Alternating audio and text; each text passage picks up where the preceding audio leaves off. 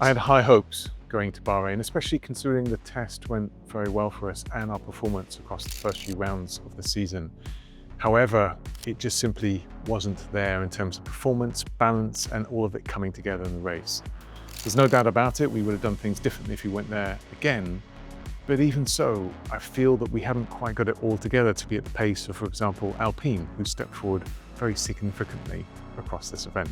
What I enjoy about our sport, though, is two things. One, we have an opportunity to correct what we can before Saudi. So there are various meetings that have been taking place almost continuously since Sunday night till just now, walked out of it to come and talk to you all here, which allow us to really dissect everything in detail. And it's not about fault or culpability, it is about how do we rectify this going forward in just a matter of hours and days that we have in front of us before Saudi. There's still quite a bit we can do, and quite a bit we'll bring to Saudi, because I think some of the issues we found in Bahrain could well expose us there as well.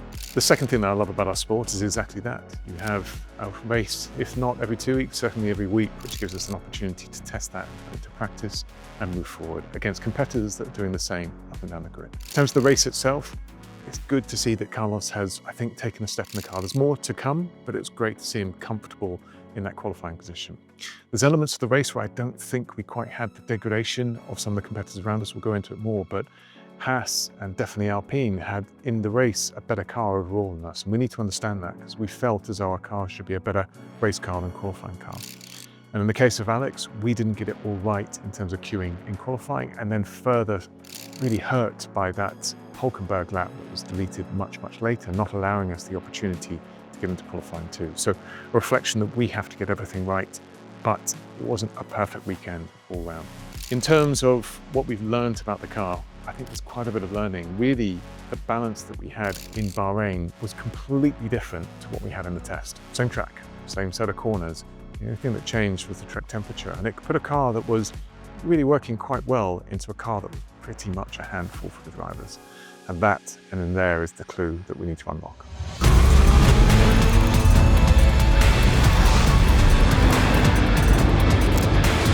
Welcome to the Vowles Verdict, presented by Kraken.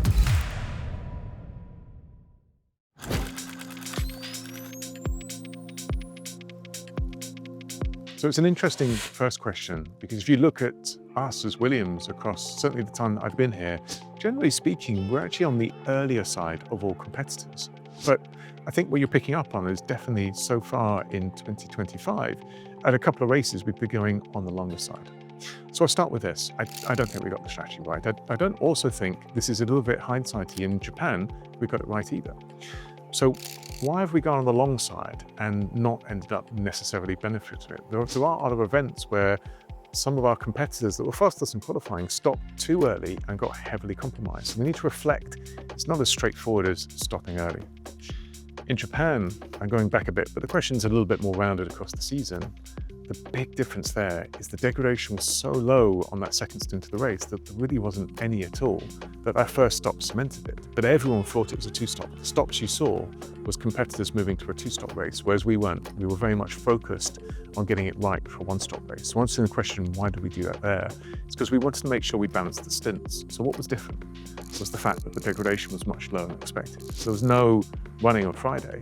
And it really caught everyone out. It was a surprise for everyone. You had people hanging on for a two-stop, but it worked out. And that's what I meant by we didn't get it all right. That piece of information was critical to that decision-making. The second one, which is Bahrain, I think in hindsight, we should have split the cars, certainly. But why did we go long? So here's the first interesting point. If you actually split the race optimally, if you take the tyre degradation now, post-race, the actual fastest race, without any traffic and cars around you, was 1 lap longer than we went on that first stint. In other words, what I'm really describing as an optimum two-stop strategy is actually quite a reasonable first stint. It's certainly not lap 6 or lap 8. You're doing that to try and get track position, get your nose into free air at the cost of tyres degrading a lot by the end of the race. So the big change is obviously that safety car that kicked in, that actually helped a lot of competitors in that circumstance and hurt us in that circumstance as well. Without that, I think the Haas Esteban would have been really struggling by the end of the race. And with what we were doing with Alex, where we offset on the hard and our intention was to go to soft right at the end, you would have seen us fighting with them and maybe ahead in that circumstance as well.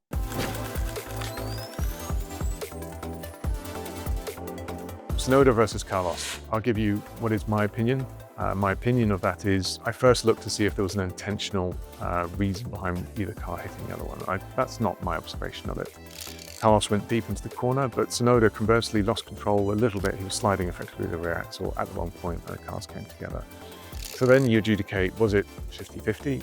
I don't think so in my opinion. I think that Tsunoda was more to blame than Carlos, but whether it was 60 or 70% in his favor, now you're just into subjective material. So my opinion out of it is probably it was more than dismissing the incident, but ultimately the damage to Carlos's car was done. It was many seconds a lap worth of damage, and his race was over at that point.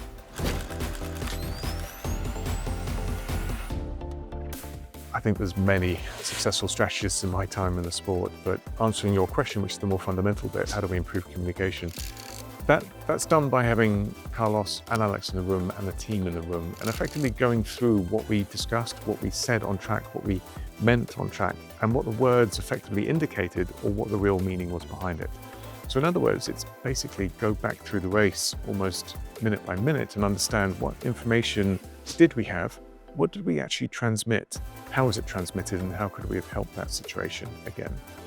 Clearly, it's a very difficult circumstance being a driver. When you can only really see 500 meters in front of you and a few meters behind you in the mirror. That is it. And so your understanding comes around, hang on, I've just been overtaken by a leader, but I know I've got a pit stop soon and I've lost 2 seconds and now I'm in dirty air.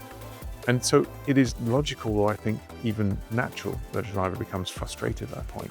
Conversely, we have a responsibility on us where we can see a little bit more in the pit wall to say, don't worry about it, there's another car, but it'll be 4 seconds behind you when you stop. We're just trying to give you an extra lap on the tires because it'll be important in the race.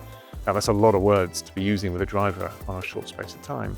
And that's why it's important to really get that concatenated down into a small piece and subsection. But answering the question probably more globally, what you need is an honest and open forum where after every single race and qualifying, you sit down and debrief correctly on it. And that's what we've created here in Williams. Alex finished just outside the points, but in reality, there was a number of cars in front of him that would have been many, many positions. So at the end of the race, just a second or two separated a number of cars. The positives for me were that when we did the offset strategy and took the hard tyre, actually Alex's pace was strong. He was able to close back into the field ahead. I think without a safety car, actually Alex's, because we had really well split stints, his final stint pace, which would have been on soft, would have been very, very quick relative to some cars in front, but now would have been on that hard tyre and struggling in the cool conditions. So those are the sort of positives I can take out of it. But there are very few positives for me, because ultimately Alex was out of position in qualifying relative to where we could be, and that's a reflection we have to get absolutely everything right across the weekend. He did a great job, and we need to reflect on that and be content with that, but I'm here to score points every weekend, and it's disappointing to walk away without any.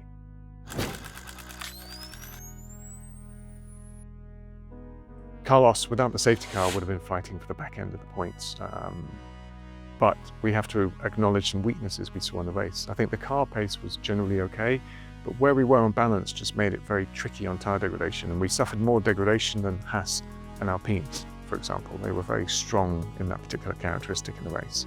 So fighting for points at the back end, but not much further on than that.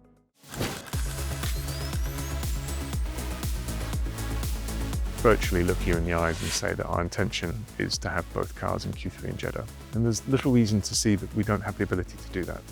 I think the but that comes with this is that 1/10 now looks to be separating 5 cars. So you could be P7, P8 going into qualifying 3, or you could be back in P12, P13. And so it's for us to get it absolutely nailed on and perfect, which we haven't achieved, certainly in Bahrain. We had the potential to do that and we didn't achieve it.